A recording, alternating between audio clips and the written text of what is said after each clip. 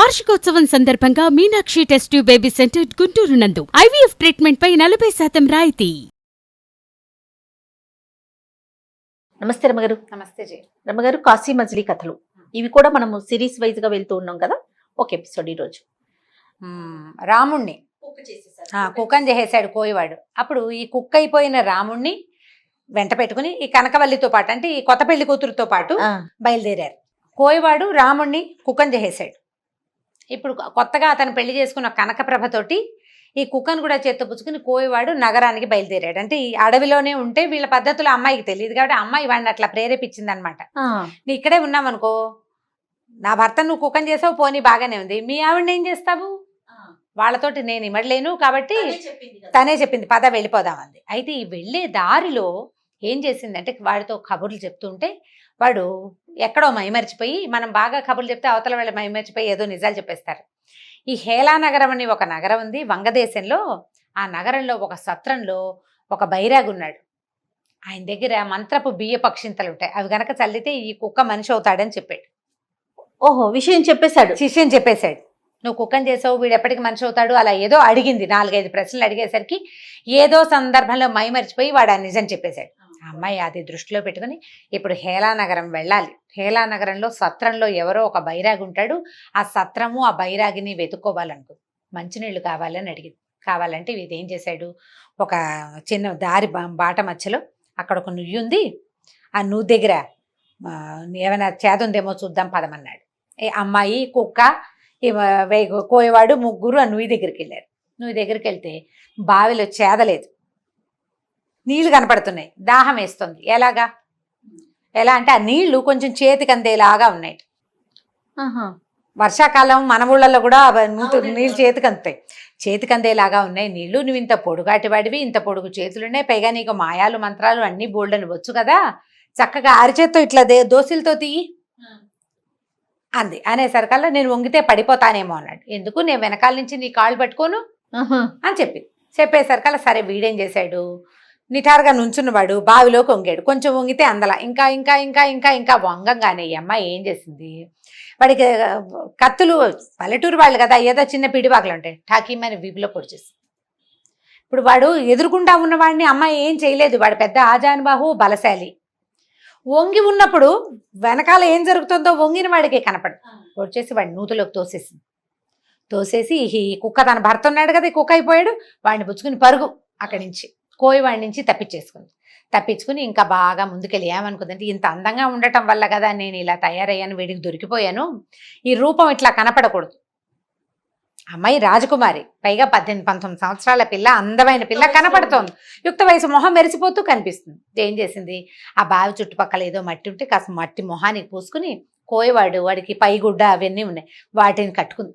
ఏవో పిచ్చి బట్టల్లాగా కనపడేలాగా ఉండి మొహానికి మసి పూసుకుని ఈ కుక్కను చేత్తో పుచ్చుకుని, ఎవరో బిచ్చగత్తె వాళ్ళ పిల్ల కుక్కను పుచ్చుకుని వెళ్తోందనే సినిమా చూపించేలాగా కనపెడుతూ వెళ్ళిపోయింది.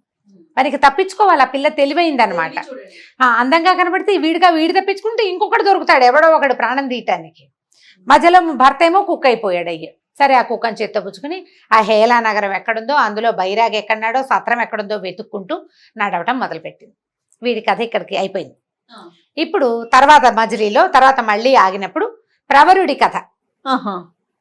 అయ్యో, మరి ఇప్పుడు కనకప్రభ ఏమైంది, ఆ కుక్క ఏమైందంటే, కుక్క ఏమైంది కనకప్రభ ఏమైందో పక్కన పెట్టి వీళ్ళల్లో 4వ వాడు ఇంకొకడు ఉన్నాడు.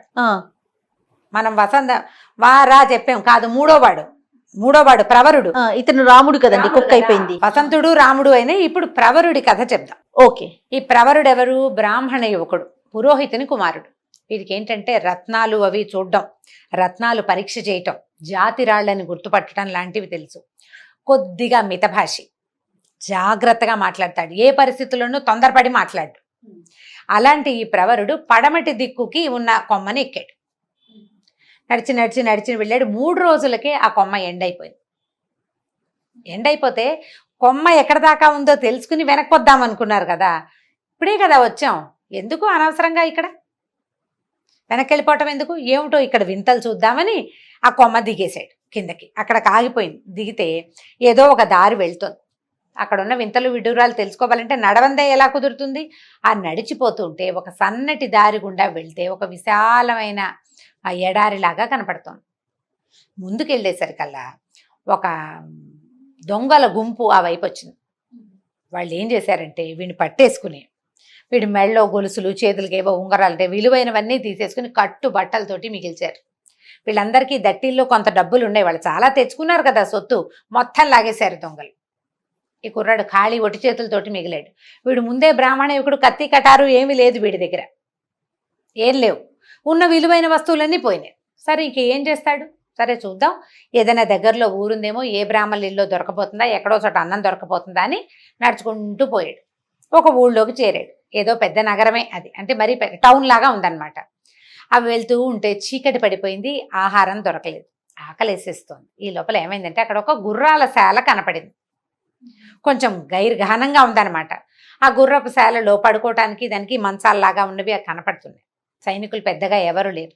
చల్లగా గుర్రపు శాలలో ప్రవేశించి ఓ పక్కన పడుకున్నాడు.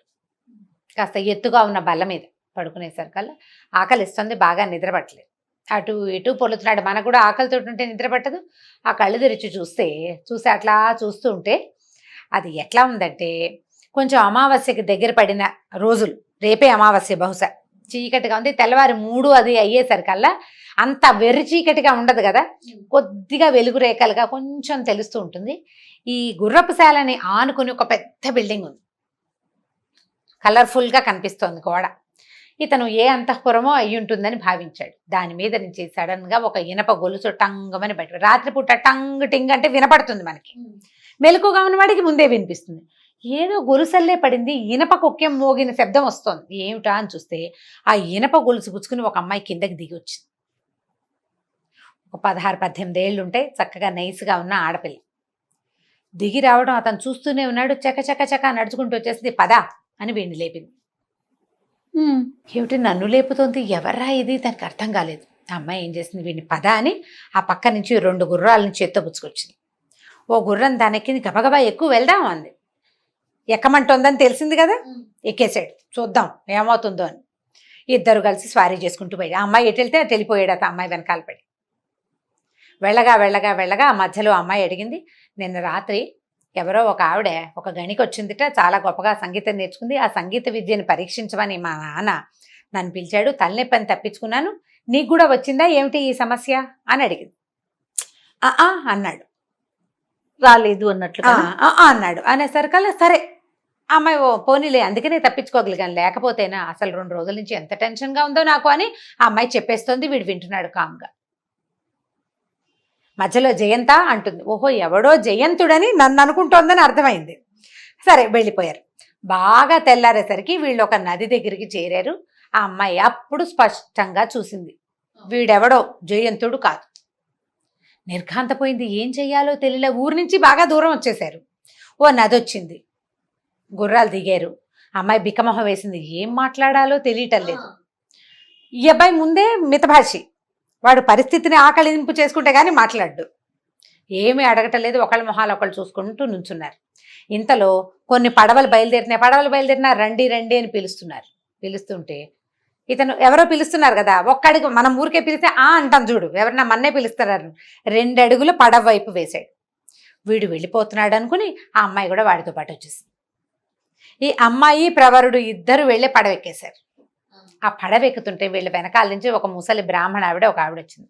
అమ్మ నాకెవ్వరూ లేరు, మీతో పాటు ఉంటా. వీళ్ళు ఏమనుకుంది, ఇద్దరు అమ్మాయి అబ్బాయి యుక్త వయసులో ఉన్న వాళ్ళు కనిపిస్తే సాధారణంగా భార్యాభర్తలు అనుకుంటారు. పైగా వాళ్ళిద్దరూ కలిసి గుర్రాలు దిగారు, కలిసి ఓ వైపుకే వెళ్తున్నారు. జంట జోడని భావిస్తారు కదా. మీతో పాటు ఉంటాను నాయనా, అన్నం వండి పెడతాను, నన్ను మీతో ఉంచుకోండి అంది. ఇతను నిశ్శబ్దంగా అమ్మాయి వైపు చూస్తున్నాడు. ఏమంటావని, ఎందుకంటే వీడేమో పురోహితుడి కుమారుడు, ఎస్ ఉండు నేను నీకు అన్నం పెడతా అనగలిగే శక్తియుక్తులు ఉన్నవాడు కాదు. కానీ ఈ పిల్ల ఉంది కదా, ఇది ఎవరో గట్టిదే, ఎక్కడి నుంచో పైనుంచి దిగింది, గుర్రం వేసుకొచ్చేసింది. పైగా పడుకున్నవాడు ఎవడో తెలియకుండా వాడిని తీసుకొచ్చేసింది. అంటే కొంచెం పర్వాలేదనమాట. ఆ అమ్మాయి ఏమన్నా ఆలోచించుకుందంటే, సరే పోనీ ఇప్పుడు వీడెవడో కూడా నాకు తెలీదు, మనకు తోడు ఒక ముసలమ్మ తోడు ఉంటుంది, ఒక ఆడ తోడు ఉంటే సేఫ్గా ఉంటుంది, సరే నాతో ఉండమంటే ఆ అమ్మాయి మీరు ఎవరు అని అడిగింది. ఈ అబ్బాయికి కూడా తెలుసుకోవాలంది ఏమిటి అని. అప్పుడు ఈవిడ అమ్మాయి ఏం చెప్పిందంటే, నేను ఆ నగరాధిపతి ఫలానా నగరం, ఒక నగరంలోకి వీడు వెళ్ళాడు కదా, నగరాధిపతి కుమార్తెని, ఎంత బాగుందో చూడు, వాళ్ళ అమ్మాయిని నేను నా క్లాస్మేట్, నేను చిన్నప్పటి నుంచి మంత్రి కుమారుడైన జయంతుడు నేను కలిసి చదువుకున్నాము. ఇప్పుడు ఏమర్థం వచ్చింది, ఈ కుర్రాడే జయంతుడు అని ముసలమ్మకి అర్థమైంది. వాడు చెప్పట్లేదు కదా నేను జయంతుడిని కానని, వాడు చెప్పడు, వీడు జయంతుడు కాదని ఈ అమ్మాయి చెప్పదు. చిన్నప్పటి నుంచి మంత్రి కుమారుడైన జయంతుడు నేను కలిసి చదువుకున్నాం, మేము వివాహం చేసుకోవాలనుకున్నాం. మా నాన్నేమో నన్ను ఇంకో రాజుకి ఇవ్వాలని ఆయన ఉద్దేశము, అందుకని ఇక్కడ ఉండగా మా వివాహం పొసగదని మేమిద్దరం ఎక్కడికైనా పారిపోయి మా జీవితం మేము జీవించాలని భావించాము, బాగా చదువుకున్నాము మేము అని చెప్పి. అప్పుడు వీడికి అర్థమైందన్నమాట, ఓహో వీడు ఆ జయంతుడు అన్నవాడు ఎవడో ఈ అమ్మాయితోటి రావాలి, అక్కడ పడుకుంటానని వాడు చెప్పుంటాడు, వాడు రాలేదు, వీడు వచ్చాడనమాట. అసలు వాడు రాలా, వీడు వెళ్ళాడు, వీడే వాడు అనుకుంది, అక్కడ ఇంకోటి ఎవడుంటాడు, అందుకని పుచ్చుకొని బయలుదేరేసింది. ఇప్పుడు అంతవరకు వచ్చాక నేను ఫలానా వాడు అనుకుని వచ్చానంటే పరువు పోతుంది, లేనిపోయింది. అందుకని అమ్మాయి మాట్లాడకుండా ఊరుకుంది. ఈ ఎక్కిన పడవలు హేలానగరం చేరినాయి. హేలానగరంలో దిగేశారు. ఆ అమ్మాయి వచ్చేటప్పుడే ధనపు సంచులు పట్టుకొచ్చింది. రాజుగారి అమ్మాయి కదా, నగరాధీశుడు కూతురు, పెద్దరాజు కాకపోయినా చిన్నరాజైనా రాజుగారి అమ్మాయి. ధనం పట్టుకొచ్చింది. సరే ఏం చేశారు, ఈ భార్యాభర్తగా చలామణి అవుతున్న ఈ ప్రవరుడు, ఈ రాజుగారి కూతురైన కాంచనవల్లి, ఈ అమ్మాయి పేరు కాంచనవల్లి, ఈ ముసలి మామగారు ఎవరు, వీళ్ళకి తోడు దొరికింది కదా, ఈ ముగ్గురు కలిసి ఏం చేశారు, ఒక సత్రాన్ని తీసుకున్నారు వాళ్ళు ఉండటానికి. ఈ ముసలావిడ అన్నం వండి పెడుతుంది, కుర్రాడి దారిని కుర్రాడు ఉంటాడు, అమ్మాయి దారిని అమ్మాయి ఉంటుంది, ఆవిడ వంట చేసి పెడుతుంది. ఆవిడ కూడా వీళ్ళ వ్యవహారం అక్కర్లే, ఏదో విన్నది కదా, ఆయన అమ్మాయి ఏమో రాజుగారి కూతురు, ఈ కుర్రాడేమో దాని మంత్రి గారి కొడుకు, ఆ అమ్మాయి భర్త అని భావించి ఊరుకుంది. అయితే ఏమైంది, వీళ్ళు దిగిన సత్రానికి పక్కనే ఒక పెద్ద రత్నాల వ్యాపారస్తుడి ఇల్లుంది. బయట రత్నాలు పోసి వాళ్ళు చూస్తుంటారనమాట, రత్న పరీక్షకులు. ఇతను బయటికి వెళ్ళి చూసి అక్కడ ఏదో జరుగుతుందని పోయాడు లోపలికి. వెళ్ళేసరికల్లా బోల్డ్ అనే రత్నాలు రాసులు పోస్తున్నాయి, గ్రేడింగ్ చేస్తారు, ముత్యాలు రత్నాలు గ్రేడింగ్ చేస్తారు కదా, ఆ గ్రేడింగ్ అప్పుడు అది బాగుండలేదు ఇది బాగుండలేదు అని కుర్రాడు చెప్పేసరికల్లా అతనికి ఆశ్చర్యం వేసింది. బాబు నీకు తెలుసా అన్నాడు. నాకు తెలుసు, నేను రత్న పరీక్ష నేర్చుకున్నానని చెప్పాడు. చెప్పేసరికల్లా ఆ అబ్బాయి రత్నాల వ్యాపారస్తుడు అన్నాడు, నువ్వు ఏదో ఊరి నుంచి వచ్చావు, నీకు కూడా ఉద్యోగం కావాలి కదా, నా దగ్గర ఉద్యోగం చెయ్యి, రత్న పరీక్ష కావాలి మాకు, వ్యాపారస్తులు బయట దేశాల నుంచి వస్తాయి, మంచిది చెడ్డది సెపరేట్ చేసుకుని కొనుక్కోవాలి, కొని మళ్ళీ వీళ్ళు అమ్మాలి కదా, దాన్ని చక్కగా పదం ఇది పెట్టి, లేదా కొన్ని ఆభరణాల్లో పాలిష్ చేసి ఆభరణాల్లో ఫిక్స్ చేసి అమ్ముకోవాలి, నా దగ్గరే ఈ గ్రేడింగ్కి అంటే పరీక్షకుడుగా ఉండమని ఉంచుకున్నాడు. ఇంతలో ఏమైంది, ఇది హేలానగరం అని చెప్పుకున్నాం కదా, ఈ హేలానగరపు రాజుగారు కందర్పకేతువు, ఇతని పేరు ఇది వరకు విన్నాం, మీకు గుర్తుందో లేదో, వసంతుడి భార్యని ఇక్కడికే తీసుకొచ్చారు. అవును రమ్మగారు కదా, వసంతుడి భార్య, అలాగే రాముడి భార్య కూడా ఇక్కడికే వస్తోంది, రాబోతోంది. సరే, ఈ కందర్పకేతుకి ఒక పెద్ద వ్యాపారస్తుడు ఎవరో బయట దేశం నుంచి ఒక బ్రహ్మాండమైన ఈ సైజు రత్నాన్ని పట్టుకొచ్చాడని, అది రాజుగారు కొనుక్కున్న రత్నం అంటే ఖచ్చితంగా ఖరీదైందే అవుతుందని ప్రతి వాళ్ళు దీని ఖరీదు 30 లక్షలని, కొంతమంది 50 లక్షలని చెప్తున్నారని, ఆ రత్నపు విలువని చెప్పగలిగే వాళ్ళు ఎవరైనా ఉంటే రండి అని చాటింపు వచ్చింది ఒకరోజు. వచ్చేసరికల్లా సరే ఈ వ్యాపారస్తుడు అన్నాడు, మన దగ్గర ఉన్న ఈ కుర్రాడు ఉన్నాడు కదా ప్రవరుడు, వీడికి చాలా బాగా తెలుసు, ఇతన్ని తీసుకెళ్తామన్నాడు. తీసుకెళ్లారు. ప్రతి వాళ్ళు 30 లక్షలు 20 లక్షలు 50 లక్షలు ₹1,00,00,000 దాకా ఇచ్చేయచ్చు అని చెప్తున్న ఆ పెద్ద వజ్రాన్ని ఈ కుర్రాడు చూడంగానే, ఇది గుడ్డి గవ్వకి కూడా విలువ చేయదు, ఉట్టి గాజురాయి, కేవలం ఇందులోంచి రంగు మాత్రమే కనపడుతోంది అన్నాడు. అందరు ఆశ్చర్యపోయారు, అదేంటి అంత మాట చెప్పావు, బోళ్ళంతా రేటు పెట్టి కొన్నారు రాజుగారంటే, కావాలంటే ఒక ఇనప పలక తెప్పించండి నేను చెప్తానన్నాడు. ఒక పెద్ద ఇనప ఫ్రేమ్ లాంటిది ఐరన్ది తెప్పించారు. ఈ కుర్రాడు రాయి ఇట్లా ఇట్లా ఎగరేసి ఫాట్ మన దానికేసి కొట్టేసరికి చిన్న చిన్న నువ్వు గింజంత ముక్కలైపోయింది. అది రత్నం పగలదు కదా, అవునండి, గాజురాళ్లే పగిలిపోతాయి, ఇనపది తగిలేసరికల్లా పగిలిపోతుంది. అందరూ ఆశ్చర్యపోయారు, అయ్య బాబోయ్ వీడికి ఎంత తెలివైన వాడు, వస్తువు చూడంగానే చిన్న కుర్రాడు, వీడికి 25 ఏళ్ళు కూడా లేవు, 20కి 25కి మధ్యలో ఉన్న వయసు వాడు ఇంత బాగా చెప్పగలిగాడని రాజుగారు చాలా ఆశ్చర్యపోయి, నువ్వు నా దగ్గర చెయ్యి, వ్యాపారస్తుడి దగ్గర కాదు ఉద్యోగం అని చెప్పి రాజు తన దగ్గర పెట్టుకున్నాడు. అయితే ఇతను మితభాషి, జాగ్రత్తగా మాట్లాడతాడు, అప్పుడప్పుడు మాట్లాడతాడు, మాట్లాడనివి తెలివైన మాటలు. దాంతో ఈ రాజుకి అప్పుడున్న అమాత్యుడు ఒక ఆయన మరణించాడు. మరణిస్తే రాజుగారు అన్నారు, నువ్వు అమాత్యుడిగా పనిచేయి, నాకు రత్నాల పరీక్ష ఎలాగూ చేస్తావు, అమాత్యుడిగా కూడా పనిచేయమని తన దగ్గర మంత్రిగా నియమించుకున్నాడు ప్రవరుణ్ణి. అంతవరకు సత్రంలో ఉంటున్నటువంటి ప్రవరుడి కుటుంబం అంటే కుటుంబంగా చలామణి అవుతున్నటువంటి ఈ అమ్మాయి, రాజుగారి అమ్మాయి ఉంది కదా, ఆ పనిచేసే ముసలిమామ వీళ్ళంతా కలిసి మంత్రి గారికి ఇచ్చిన బిల్డింగ్లోకి మారిపోయారు. కలిసి ఉండటం మొదలుపెట్టారు, ఒకటే చోట ఉన్నారు. అయితే ఈ కందర్పకేతు ఏం చెప్పాడంటే, నీకు ఒక రహస్యం చెప్పాలోయ్, చాలా కాలం క్రితం నేను ఒక అత్యద్భుతమైన అందగత్తెని సమీప ద్వీపం నుంచి తెప్పించాను. ఆ అమ్మాయి నాతోటి కలవటం లేదంటే పెళ్లి చేసుకుందామని అడిగాను, ఇంకా ఒప్పుకోలేదు. నువ్వు బాగా మాట్లాడతావు కదా, ఒకసారి వెళ్ళి అమ్మాయితో మాట్లాడి ఆ అమ్మాయిని లైన్ చేయమని చెప్పాడు. ఒప్పించమన్నాడు. ఒప్పించమనేసరికల్లా ఇతను వెళ్ళేసరికల్లా ఆ అమ్మాయిని చూస్తే అపరూపమైన సౌందర్యవతి, పైగా వివాహితగా తెలుస్తోంది. ఈ రాజుకి ఏం పని లేదు, ఎవరి పెళ్ళానో తీసుకొచ్చి ఇట్లా చేస్తున్నాడని, అమ్మాయి ఎవరు మీరు, ఎక్కడ వాళ్ళు, ఈ రాజు సరైన వాడు కాదని నాకు అర్థమైంది మిమ్మల్ని చూశాక అని అడిగేసరికల్లా ఆ అమ్మాయి కాస్త ఏడ్చి శోకాలు పెట్టి కథ అంతా చెప్పింది. తన కథ అంతా చెప్పింది. వసంతుడని ఒక రాజకుమారుడు నన్ను వివాహం చేసుకున్నాడు, అతను తన స్నేహితులతో వచ్చాడు, ఒక మర్రి చెట్టు ఎక్కి మా ఊళ్ళోకి వచ్చాడు.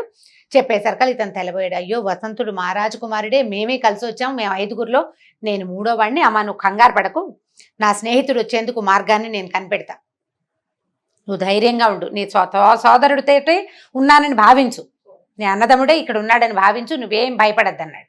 ఏం చేశాడు, ఒక చిత్రకారుని పిలిచి అరే నా బొమ్మ ఇరా అని వేయించుకున్నాడు. తనదొక పిక్చర్ వేయించి ఆ పిక్చర్ని ఈ హేలానగరంలోకి ఎంటర్ అవుతూ ఉండగానే ఉండే ఒక సత్రం దగ్గర తగిలింపించాడు. అక్కడ ఉండే కాపలా వాళ్ళు ఉంటారు కదా, వాళ్ళకి ఏం చెప్పాడంటే, ఎవరైనా ఈ చిత్రపటాన్ని శ్రద్ధగా చూస్తే వాళ్ళని నా దగ్గరికి తీసుకురా అని చెప్పి ఏర్పరిచాడు.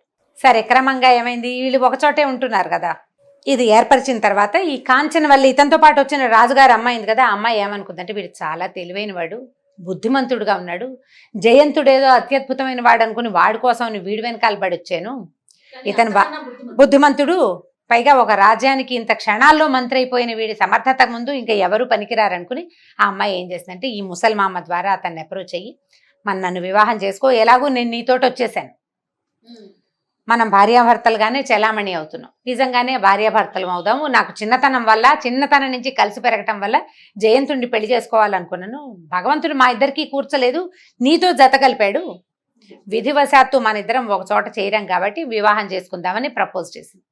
సరే, ఇతను ఒప్పుకున్నాడు. అప్పటిదాకా భార్యాభర్తలుగా ఉన్నవాళ్ళు ఇప్పుడు మా పెళ్లి అంటే బాగుండదు కదా, నిశ్శబ్దంగా వాళ్ళ ఇంట్లోనే పెళ్లి చేసుకుని వాళ్ళిద్దరూ హాయిగా వాళ్ళ దారిని వాళ్ళు ఉండటం మొదలుపెట్టారు. కొంతకాలం తర్వాత ఏం జరిగిందో వచ్చే మజిలీ కథలో తెలుసుకుందాం. తప్పకుండా. నమస్తే రమ్య. నమస్తే జై. ఇక ఈ వీడియో కనుక మీకు నచ్చినట్లయితే లైక్ చేయండి, షేర్ చేయండి, మరిన్ని వీడియోస్ కోసం మా ఛానల్ని సబ్స్క్రైబ్ చేసుకోండి.